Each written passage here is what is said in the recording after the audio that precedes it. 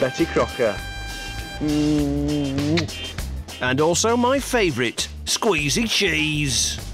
That is a classic find. Squeezy cheese, made in the US of A, possibly with milk from cows that have had growth hormones pumped into them. Even the manufacturers of these products didn't know which cows the milk they'd used had come from. I needed to track down some of this elusive milk. I headed to the good old US of A. The home of the super cow. Pumped up on the growth hormone, RBST. Luckily, I was in the Midwest town of Stoughton at the same time as their annual dairy show. Can I stroke your head? That's all right. All these cows seemed very calm. Not hormonal at all. I like the tail, looks fantastic. Thank you. I thought I should get in with the friendly farmers to see if they had some of the milk. Hi there. We're filming for a BBC documentary about dairy, yeah. and we're asking people about RBST and growth hormones. Do you use that, or do you have an opinion on it, or? I don't have an opinion. I don't have any comment on it. All right, thanks anyway. Cheers. We want to ask people about their comments about RBST.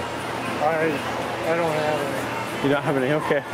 But what about you chaps? Hello, we're from the BBC. We just filming a documentary about dairy. Okay. All right, cheers anyway. Thank you.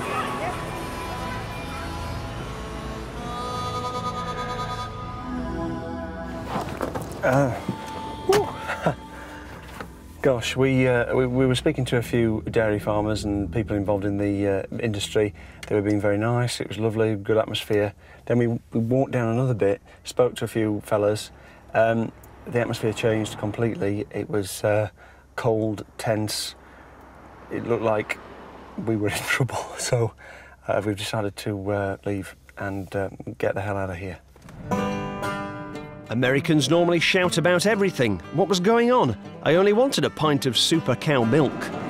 No hormones added, no antibiotics. Lactate farmers pledge from cows not treated with artificial growth hormone. Out of all this milk, lots boasted it was hormone-free, but none was proud to mention it came from hormonal super cows. Now, apparently, Land O'Lakes, their milk can come from cows that have been treated with growth hormones. So that's brilliant, but it doesn't actually mention it anywhere on the packaging. Funny, isn't it? I thought they'd be proud of it. I was confused. The US were producing 14 million tonnes of the growth hormone milk every year. So where was it? I went to meet a scientist, Michael Hansen, to find out why this super milk was keeping such a low profile. What are the negative impacts on a cow from having this growth hormone? It actually causes a range of health problems in the cow. Let me show you. If you look here, this is actually mastitis, and that's an inflammation of the udders or teats. Yep. And clinical mastitis means visibly abnormal milk. So that means you can literally see the pus in the milk. There'll be clumps of it, there'll be blood. You cannot sell that milk. Now, the animals can have subclinical mastitis. They still have these increased levels of dispersed pus cells, but you don't really see it. So milk in the US does contain pus? Pus, yes. Are there any other human health-related consequences of drinking this milk? The milk from cows that are injected with bovine growth hormone have higher levels of another hormone called IGF-1, and that hormone we now know is intimately connected to a range of cancers: breast cancer, colorectal cancer, prostate cancer, lung cancer, there's some bone tumors. It's a very potent growth factor. It was hard to believe this hormonal milk was completely legal. Since it was being imported to the UK, I needed some reassurance. There was only one man that could do that, the spokesperson for the pharmaceutical giant Eli Lilly. They paid $300 million for the right to sell this growth hormone, so they must think it's safe. But after all the disturbing things I'd heard, I wanted to see them drink the milk. Right, we've just pulled over in the spot where we're going to meet this guy who's called Dennis Erpelding. It looks like some sort of military facility. And that is an alarm that means that their weapons have locked onto our car, and we could be destroyed at any moment, just so we know. Hang on, hang on. Hello. Hello. Dennis. Yes. Hello, I'm Alex. Hi there. Alex, how are you doing? Very well, thank you. Hi. Brilliant. So you just drive in here and... Actually, I think we'll do it from out here because as a whole, being a research site, it's pretty limited. Okay. And access and things like that. Where's the nearest gents' toilets? Uh-oh. Maybe he didn't like the look of me, but I'd at least hoped to be allowed inside the security fence for our meeting. So far, I wasn't reassured. I asked Dennis what he would say to the people of Britain who might be consuming his milk. Number one is the milk is safe. Number two, it provides more affordable choice of milk. Number three, it really supports sustainability. And number one is the milk is safe. And it tastes good? Absolutely. Okay, brilliant. Thank you. We've got some milk. Would you maybe just have a quick drink of it? I've got it. I'm supposed to be there 10 minutes ago. With all due respect. Yeah. We'll be in touch, okay? So Dennis was sure it was safe, but sadly didn't have time to drink any. But a lot of people in the US didn't share Dennis's confidence, and two of America's biggest stores, Walmart and Costco, had stopped selling it after consumer pressure. It turned out the Americans weren't fans of super cow milk. Perhaps that's why it was making its way over to Britain, hidden in processed foods.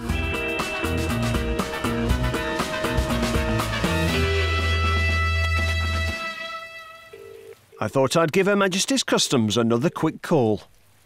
Which imported dairy products would contain milk that's come from cows treated with the bovine growth hormone? I don't think we have that level of detail available, I'm afraid. Let me just, actually, if you just bear with me, I'll just check. Okay. No, it doesn't look as that is actually one of the categories. So nowhere on your paperwork do they have to state whether or not it's come from cows that have taken bovine growth hormone? No. Really? And would you be able to give us details of any of the importers, who they are? No, we don't. We can't tell you who the importers are. So they don't have to declare it, and you don't actually know the actual brand names of the products from your records? No, and you can't tell me who the wholesalers are? No, I'm afraid not. OK. It was baffling. Of the 2 million kilos of cheese, butter, ice cream and yoghurt we imported from the States last year, no one could say how much came from cows treated with growth hormones. I was surprised by our lax import policy, so I took a trip to the European Commission in Brussels, who banned the use of growth hormones here, to ask them why they then thought it was OK to import dairy products made from hormone-treated cows. I've got an appointment with a chap at the European Commission who says it's OK for us to import dairy products from America. When I go and see him, I'm not going to go empty-handed. I've got a little surprise for him. Bonjour. Je voudrais deux normal waffles. Ah, magnifique. That is your actual French. Bonjour.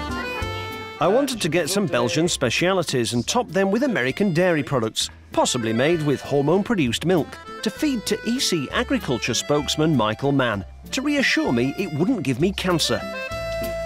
We brought some American dairy products with us. Let me show you them. Okay. We've got a mature cheddar squeezy cheese from the US. Cheesy peas. Yeah. Old-fashioned foods. That's American. We've also got Betty Crocker ready-to-spread icing, rich and creamy. Delicious. Would you be prepared to perhaps taste some of these things and just say to I'd be the public delighted. and say that, you know, this is safe to eat, there's nothing to worry about? I'd be delighted to eat anything. Not too much. I'm a slim man. I need to remain slim. The feet are a bit cold, I would have thought. They are a little bit cold. So what do I do? You want me to Well, go hang on, just before you do, would you, because with the BBC we have to be a bit careful on the old health and safety front, would you sign this disclaimer just to indemnify us from it? That's in case I die, right? in case you don't. Oh, fine, yeah. Milk from cows treated with, I'll just quickly run through it. Milk from cows treated with RBST have IGF-1 levels which are 25 to 70% higher. Risk characterisation is pointed to Now, as disclaimers go, this one